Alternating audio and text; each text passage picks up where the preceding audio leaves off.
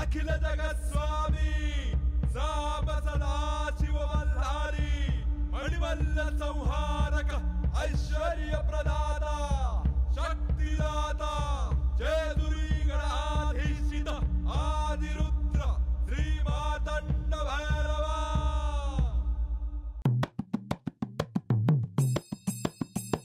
जय देवा जय देवा जय देवा जय देवा जय देवा जय शिव मातंडा।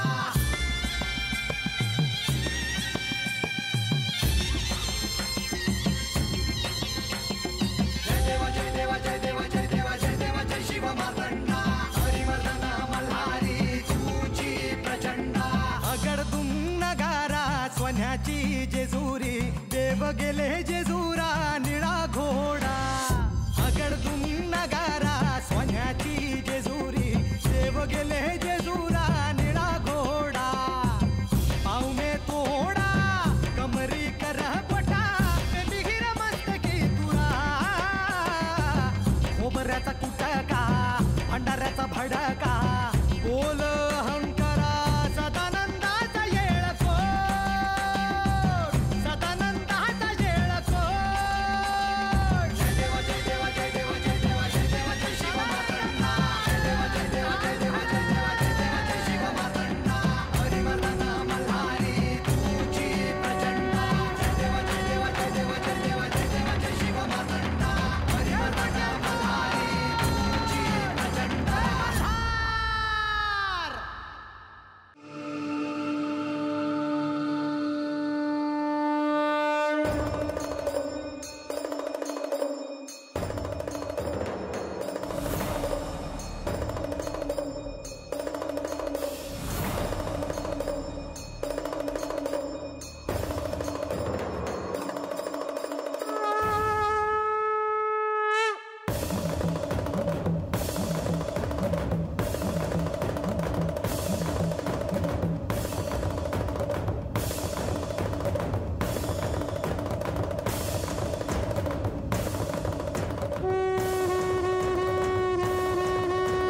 श्री महाकाली, महालक्ष्मी आणि महासरस्वती आदिशक्तीच्या या तिन्ही स्वरूपांना माझा प्रणाम।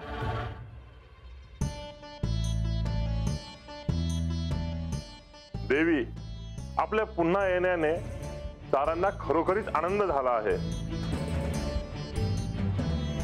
होय देवी, या सृष्टीची सारी समृद्धी, सारे सौभाग्य, सुख, ऐश्वर्य हे सारे काही केवळ आपल्या कृपाशीर्वादामुळेच आहे। देवेंद्र, ह्यानंतर असं घडणार नाही ह्याकडे तुमचं लक्ष असायला हवं।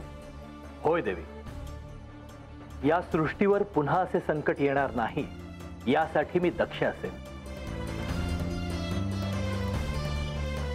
श्री महालक्ष्मी देवी, तुम्ही गेल्याने साऱ्या सृष्टीचे खरोखरी सामर्थ्य नाहीसे झाले। श्रीहीन होणे म्हणजे काय ह्याचा अर्थ आणि त्याचे महत्व सर्वांच्याच लक्षात आले आहे। हे श्री महादेव, आपण या सृष्टीच्या लयतत्वाचे स्वामी आहात, देवांचेही देव आहात। समुद्रात असताना मी ह्या समुद्र मंथनाकडे पाहत होते। ह्या समुद्र मंथनामुळे निरनिराळी अमूल्य अशी रत्ने ह्या सृष्टीला मिळाली आहेत, परंतु पण काय देवी, तुम्ही अशा अचानक का थांबलात? हे समुद्र मंथन सोपं नाही। ह्या समुद्र मंथनातून बाहेर पडलेलं विष जर श्री महादेवांनी प्राशन केलं नसतं तर या सृष्टीचा विनाश अटळ होता।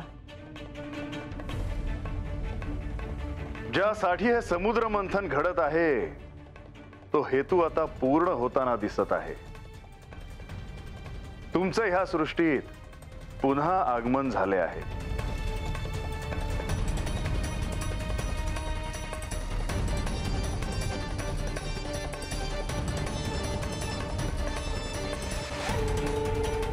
देवी, आपण कुणाची प्रतीक्षा तर करत नाही आहात ना? नाही, परंतु माझ्या येण्यामुळे या समुद्र मंथनात खंड तर पडला नाही ना? नाही देवी, या समुद्र मंथनातून बाहेर पडणाऱ्या रत्नांची योग्य विभागणी झाल्यावर मगच समुद्र मंथनाला पुन्हा प्रारंभ होतो. श्री महालक्ष्मी देवी देखील या समुद्र मंथनातूनच बाहेर आल्या आहेत. होय स्वामी, आणि ह्या रत्नाची तुलना कोणाशीही होणे नाही हे आता साऱ्यांनाच कळून चुकले आहे. होय देवी, या समुद्र मंथनातून बाहेर आलेल्या इतर रत्नांप्रमाणे आपली विभागणी देव किंवा दैत्यांमध्ये कशी होणार? आपण तर साक्षात आदिशक्ती स्वरूप आहात. आपण सर्वत्र आहात.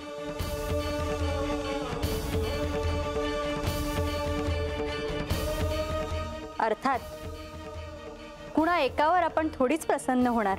इंद्रदेव, तुम्ही अगदी योग्यच बोलत आहात. पण आता श्री महालक्ष्मी देवीच ठरवतील की त्या कोणासह जातील. क्षमा असावी देवा, पण हे कसे शक्य आहे? का नाही? कोणते रत्न कोणाकडे जाणार हे त्रिमूर्ती ठरवणार आहेत. पण माते, मला इच्छित अशालाच मी वरेन.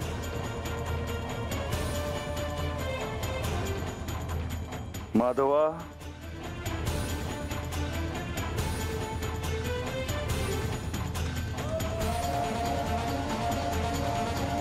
महालक्ष्मी देवींचे चित्त अजूनही दुसरीकडे आहे हे स्पष्ट दिसत आहे. होय देवी, मी ह्या क्षीरसागरात एकरूप झाले होते.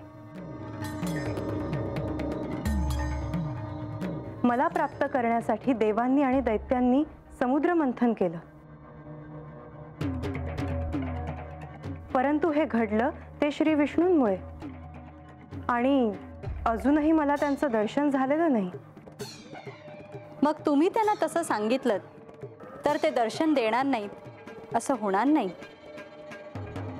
पण देवी, तुम्ही इच्छिताला वरणार आहात हे त्यांच्यापर्यंत पोहोचले असेलच, आणि जर असे झाले असेल तर ते नक्कीच प्रकट होतील. कोणास ठाऊक? महादेव, श्री विष्णूंनी महालक्ष्मी देवींना दर्शन दिलं नाही म्हणून त्या रागावणं स्वाभाविक आहे. श्री विष्णू यांना ठाऊक आहे की श्री महालक्ष्मी देवी यांच्या मनात नेमके काय आहे. श्री महालक्ष्मी देवी ह्या चंचल आहेत. त्यांच्या मनात जिथे येईल तिथे त्या जातात. तेव्हा त्यांच्या मनात सूर असुर हा भेदाभेद नाही. हो, देवांनाही त्या हव्या आहेत आणि दैत्यांनाही. ब्रह्मदेव, देव असो अथवा दैत्य, दोघांनाही त्यांना सांभाळून ठेवता येणार नाही. ते केवळ श्री विष्णूंनाच शक्य आहे. ब्रह्मदेव, श्री विष्णू श्री महालक्ष्मी देवींकडे नाही जाणार, तर श्री महालक्ष्मी देवी श्री विष्णूंकडे जातील. आणि म्हणूनच श्री विष्णू हे श्री वत्स आहे. श्री महालक्ष्मी देवी यांचा निवास.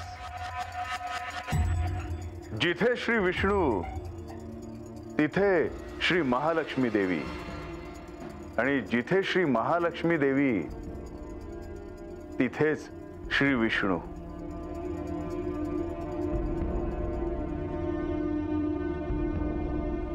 पद्मानने पद्म उरु पद्माक्षी पद्म संभवे तन्मे भजसी पद्माक्षी येन सौख्यम लाभाम्यहम. धनं मे लभतां देवी सर्व कामांश्च देहि मे.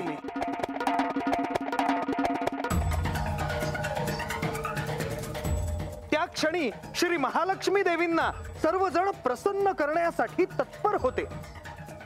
त्यांची कृपादृष्टी असावी म्हणून देवेंद्रांनी त्यांच्यासाठी विशेष आसनाची व्यवस्था केली. नारायण नारायण. तर भक्तजन हो, नीट लक्ष देऊ नये का? त्यावेळी सर्व श्रेष्ठ नद्यांनी अभिषेकासाठी सोन्याच्या घड्यातून पवित्र पाणी आणले. पृथ्वीने अभिषेकासाठी सर्व औषधी दिल्या. गायीने पवित्र असे पंचगव्य दिले आणि वसंत ऋतूने चैत्र वैशाखात मिळणारी सर्व फुले फळे आणून दिली. ऋषींनी विधीपूर्वक माता श्री महालक्ष्मींचा अभिषेक केला.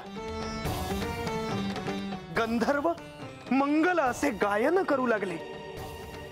नर्तकी अप्सरा नर्तन करू लागल्या. सर्वत्र मृदुंग, डमरू, ढोल, रणशिंग, शंख, वेणू, वीणा वाजू लागल्या. मुनिवर, हे वर्णन ऐकून मला त्यांचे दर्शन कधी होते आहे असे झाले आहे. स्वाभाविक आहे देवी. तुम्ही त्यांचे वर्णन करत असताना मला असे वाटते आहे की मी हे सारे कित्येकदा बघितले आहे. मी त्यांच्याशी बोलले आहे. होय देवी, सत्य आहे. मला त्यांच्याविषयी अजून सांगा मुनिवर. मला असं वाटतं आहे की त्यावेळी मी तिथेच होते.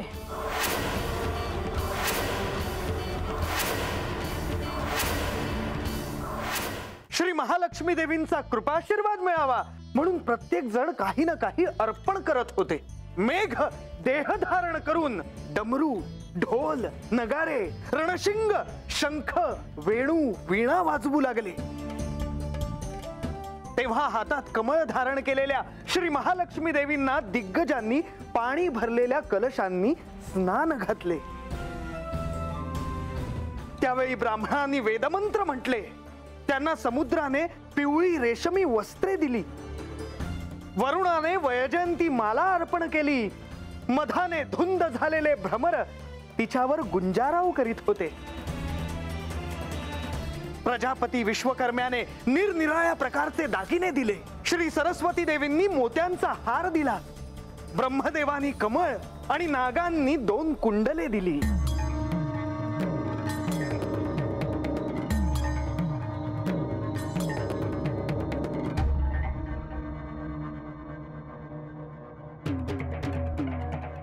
मुनिवर, तुम्ही त्यांचे करत असलेले वर्णन हे अभूतपूर्व आहे.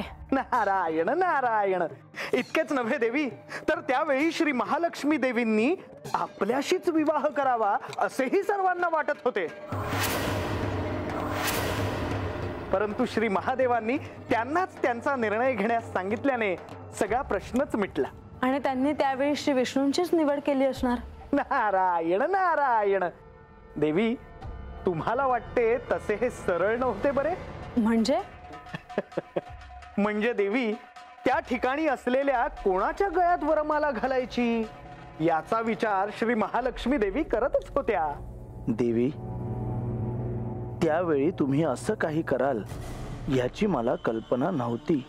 मला देखील बघायचं होतं की ह्या सृष्टीचं पालकत्व घेण्याचं दायित्व अजून कोणात आहे.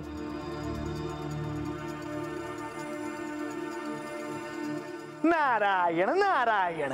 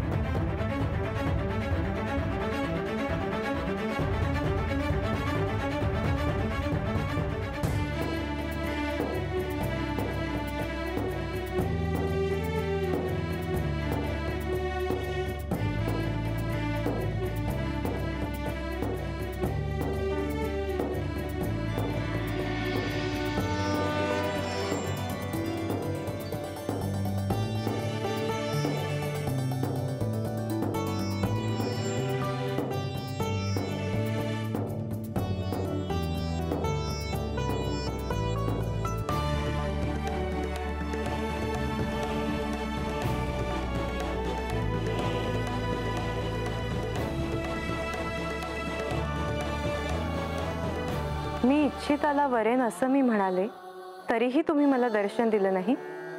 देवी, तुमच्या इच्छेपुढे मी काय करणार? तुम्हाला देखील ठाऊक आहे, मी जरी असं म्हणाले असले तरी मला इतर कोणामध्येही तुमचे भाव दिसणार नाहीत.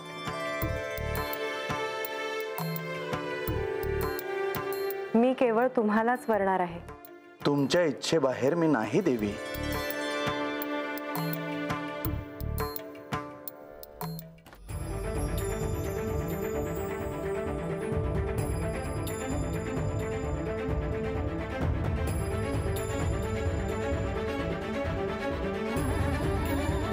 अखेर तो क्षण आलाच. तुम्ही मला दर्शन दिले नाही तरीही मी तुमच्याशिवाय इतर कोणाशीही विवाह करू शकत नाही.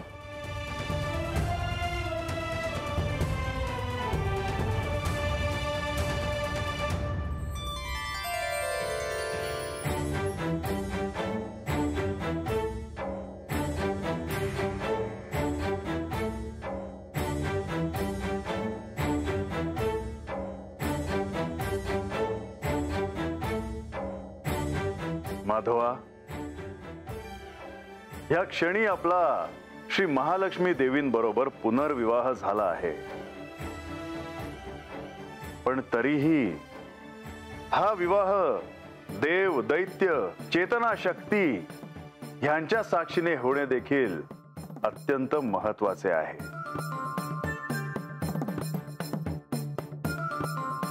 विष्णुपत्नीं क्षमां देवीं माधवीं माधवप्रियां विष्णो प्रिय सखीं देवीं नमाम्यच्युतवल्लभाम्.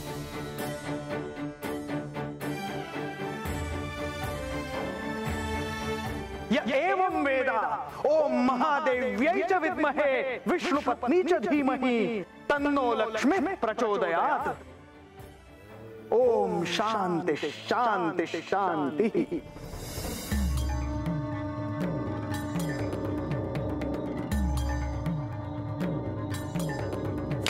नारायण नारायण. दुर्वास ऋषींनी दिलेल्या शापामुळे श्री महालक्ष्मी देवी या सृष्टीतून लुप्त झाल्या आणि त्यांना या सृष्टीत पुन्हा आणण्यासाठी देव आणि दैत्य यांना समुद्र मंथन करावे लागले. समुद्रातून एक एक रत्न बाहेर येत होती आणि आता सर्वांनाच ही प्रतीक्षा होती की आता या समुद्रातून श्री महालक्ष्मी देवी कधी बाहेर येणार. आणि तो क्षण आला ज्यावेळी श्री महालक्ष्मी देवी या सृष्टीत पुन्हा अवतरल्या.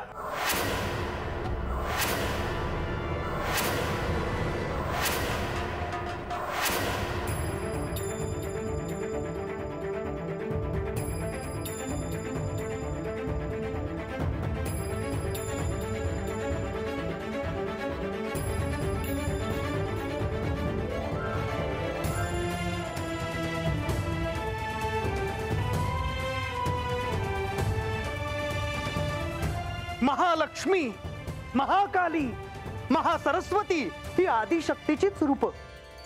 त्यांच्याशिवाय या सृष्टीला जननी कोण? या मातांमुळेच सृष्टीची जडणघडण जोपासली गेली. नारायण नारायण. आणि श्री लक्ष्मी देवी समुद्रातून बाहेर आल्या आणि त्यांचे सौंदर्य हे सर्वांनाच भुरळ पाडणारे होते.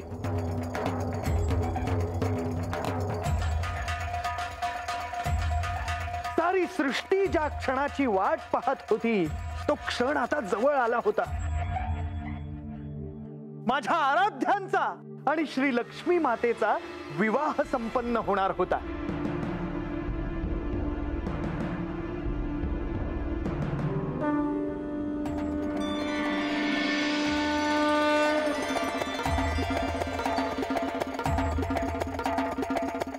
देवी, सूर्यास्त झाला. आज आख्यान इथेच थांबवावे लागणार. खरं तर मला त्यांच्या विवाहाची ओढ लागली होती, कारण तो विवाह होता क्षणीच मला त्यांचे दर्शन झाले असते. परंतु देवी, नियम ते नियम, आपल्याला त्यांचं पालन करणं अनिवार्य आहे.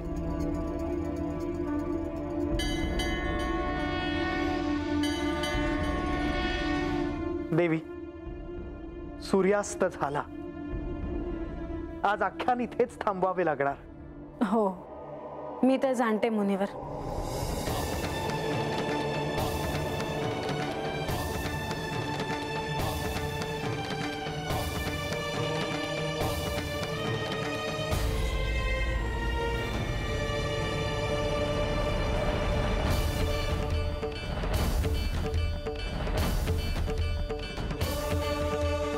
सदानंद सदानंद सदानंद सदानंद सदानंद सदानंद सदानंद सदानंद सदानंद